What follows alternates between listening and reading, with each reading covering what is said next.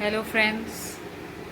आज मैं एक कहानी लेके आई हूँ जिसमें हमें ये पता चलता है कि जो कुछ भी हमारी लाइफ में होता है वो सब ईश्वर की मर्ज़ी से होता है और जो होता है वो भले के लिए ही होता है।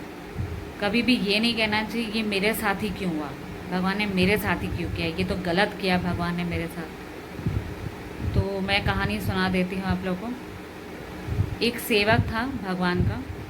उसने भगवान से कहा, भगवान आप खड़े हो का मूर्ति बने हुए काफ़ी दिन आपको हो गए, आप थक जाते होंगे, तो क्यों ना आप घूम के आए, मैं आपकी जगह पे मूर्ति बन के खड़ा हो जाऊंगा। तो भगवान ने कहा ठीक है, लेकिन मेरी एक शर्त है, जो भी यहाँ पर भक्त आएगा और तुमसे कुछ मांगेगा तुम कोई जवाब नहीं दोगे, क्योंकि मैंने प्लानिंग कर रखी है सबके लिए, तो वो प्लानिंग फिर बिगड़ जाएगी अगर तुमने कुछ भी बोल दिया। तो भक्त ने कहा ठीक है, आपकी जैसी आज्ञा।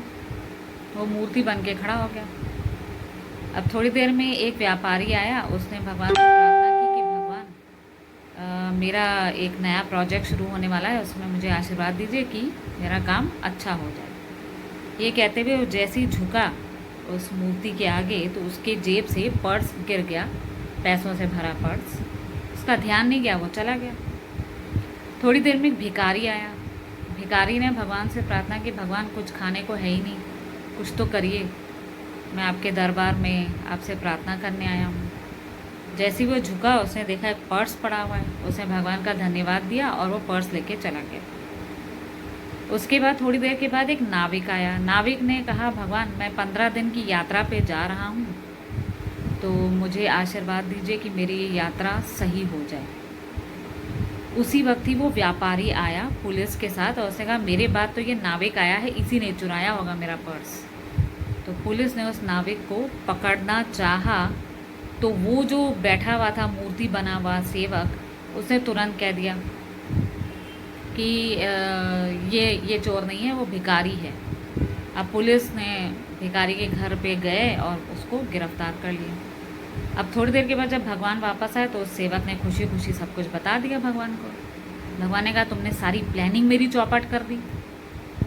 ये जो व्यापारी था ये वैसे भी बेईमानी से पैसे कमाता था, तो अगर इसका ये पर्स खो भी जाता है, इसको नहीं भी मिलता, तो इसको क्या फ़र्क पड़ता है, ये तो बहुत सारे पैसे कमाता था।